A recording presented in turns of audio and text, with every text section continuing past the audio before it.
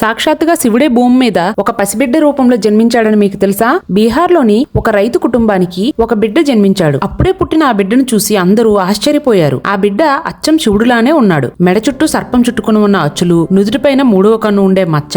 అంతేకాకుండా అప్పుడే పుట్టిన బిడ్డకు జుట్టు చాలా తక్కువగా ఉంటుంది. కానీ ఆ పిల్లవాడికి మాత్రం జుట్టు శివుడి జటాజుటంలా ఉంది. తల మీద చంద్రుడి ముద్ర కూడా కనిపించింది. నిజానికి ఆ కుటుంబంలో చాలా సంవత్సరాల నుండి సంతానం కలగలేదు. వీళ్ళు శివభక్తులు కావడంతో పుట్టిన ఆ పిల్లవాడిని చూసి సాక్షాత్తు శివుడే ఆ ఇంట్లో జన్మించాడని ఎంతగానో సంతోషించారు. కానీ అర్ధరాత్రి అందరూ నిద్రపోతూ ఉండగా ఆ దంపతుల కలలో శివుడు కనిపించి, ఈ బిడ్డ కొద్ది రోజుల్లో చనిపోతాడు, ఎందుకంటే ఆ బిడ్డ నా స్వరూపమే. నేను చనిపోయిన వెంటనే నా శరీరాన్ని భూమిలో పాతిపెట్టండి, నన్ను బిడ్డలాగా భావించండి అని చెప్పి శివుడు వెళ్ళిపోతాడు. కొద్ది రోజుల్లోనే ఆ బిడ్డ చనిపోవడంతో ఎక్కడైతే ఆ బిడ్డను పాతిపెట్టారో అదే ప్రదేశంలో కొన్ని రోజుల తర్వాత ఒక స్వయంభు శివలింగం ఆవిర్భవించింది. ఆ శివలింగం చూసిన వారందరూ ఒక పెద్ద ఆలయాన్ని నిర్మించారు. ఈ శివాలయం బీహార్లోని సంపచ్చట్ అనే గ్రామంలో ఉంది. అందరూ ఒకసారి కమెంట్స్ లో ఓం నమః శివాయ అని చెప్పండి.